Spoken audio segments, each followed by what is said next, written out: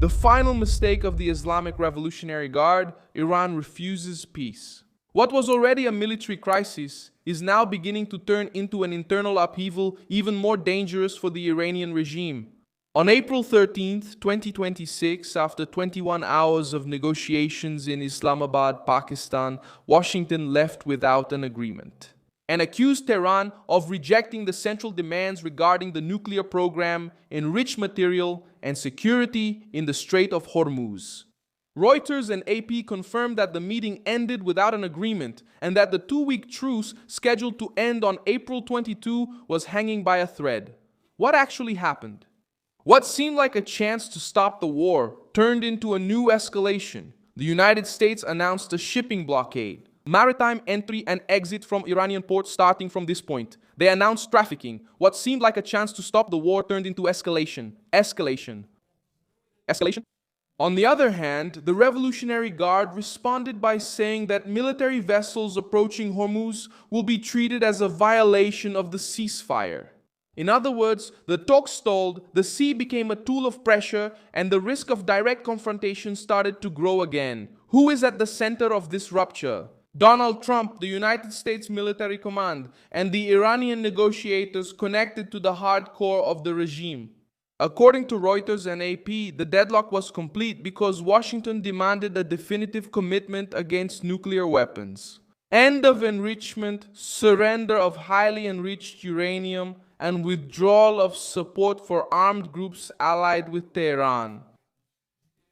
The Iranian regime did not accept it.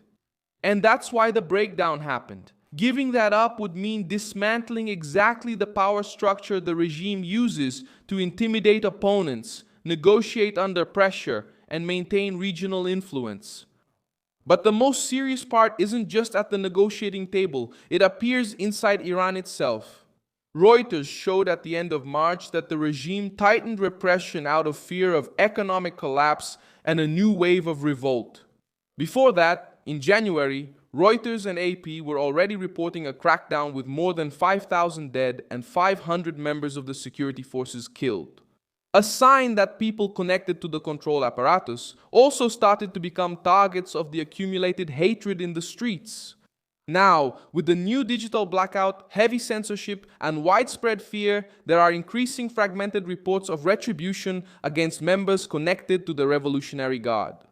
Not everything can be verified, but the overall picture is clear.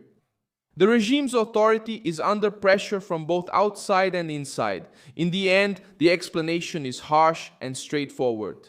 The Iranian regime bet that it could maintain its nuclear program, support militias, escalate tensions around Hormuz, and still come out of the talks with an advantage. It failed.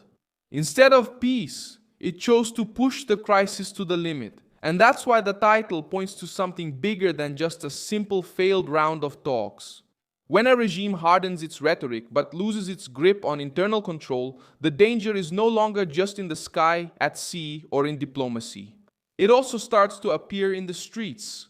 The collapse of the ceasefire is not just the failure of a negotiation. It is the portrait of a system pressured by the military force of the United States, by the economic cost of the war, and by the real risk of division within Iran's own apparatus. Today, Iran is not only facing an external deadlock. It faces the real possibility of seeing its machinery of fear start to fail precisely where it always wanted to appear invincible, at home.